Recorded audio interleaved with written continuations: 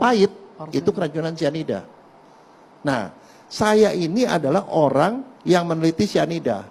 1 miligram per liter, 1 ppm saya bisa cium. Dalam jarak berapapun saya bisa cium. Kalau 10 miligram per liter, saya mabok.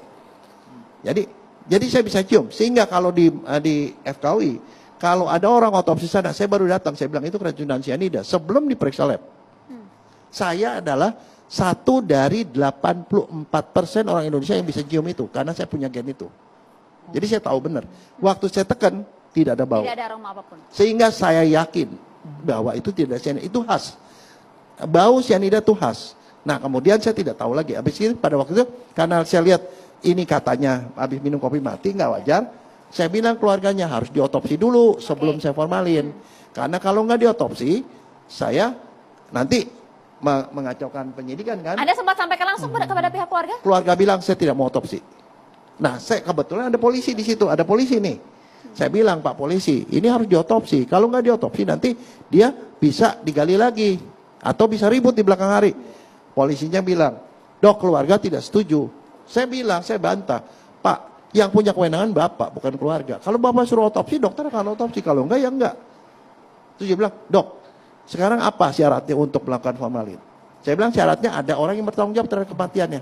Ini udah ada surat kematian. Jadi rumah sakit Habibie Waluyo sudah mengeluarkan surat kematian. Udah resmi dokter formalin. Karena kalau enggak bisa disimpan kan. Nanti soal keluarga otopsi, saya akan persuasi. Itu katanya. Jadi saya dapat izin polisi, keluarganya menolak dan dikatakan dan saya sendiri sudah mengecek bahwa itu tidak cyanida. Oke. Nah, habis itu saya tidak tahu. Hari ketiga, jadi hari ketiga mau dikubur. Malamnya itu saya dapat kabar dari orang kabar jenazah, dok kemarin dibawa dok jenazahnya. Jam 11 malam dari situ dibawa ke rumah sakit Polri. Saya pikir bawa ke RSM, enggak, dibawa ke rumah sakit Polri. Jam 2 sudah balik lagi. Nah saya terus kemudian heran, kalau seandainya mati karena keracunan, saya sendiri pribadi, otopsinya aja minimal bisa 3-5 jam. Oke. Itu 3 jam, dari Selipi ke Kramat Jati, balik Kramat Jati. Saya yakin itu tidak diotopsi. Saya yakin. Makanya habis itu saya telepon.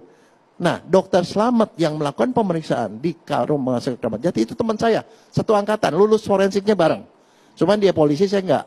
Saya bilang, Slamet, kamu tuh otopsi apa enggak? Kok cepet banget? Saya bilang. Saya mau belajar maksudnya. Yeah. Belajar otopsi yang cepet.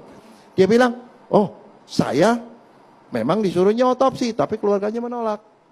Jadi apa yang dilakukan? Saya cuma ambil sampel. Okay. Hanya sampel, dok. Sampel. Dan juga sempat ada dokter perubahan sebenarnya warna dari biru ke nanti dulu. merah. Okay. Enggak, Nanti dulu. artinya itu mungkin atau tidak, Dokter Jaya? Tidak. Tidak Baik. mungkin. Dokter, ini alurnya bisa panjang sekali.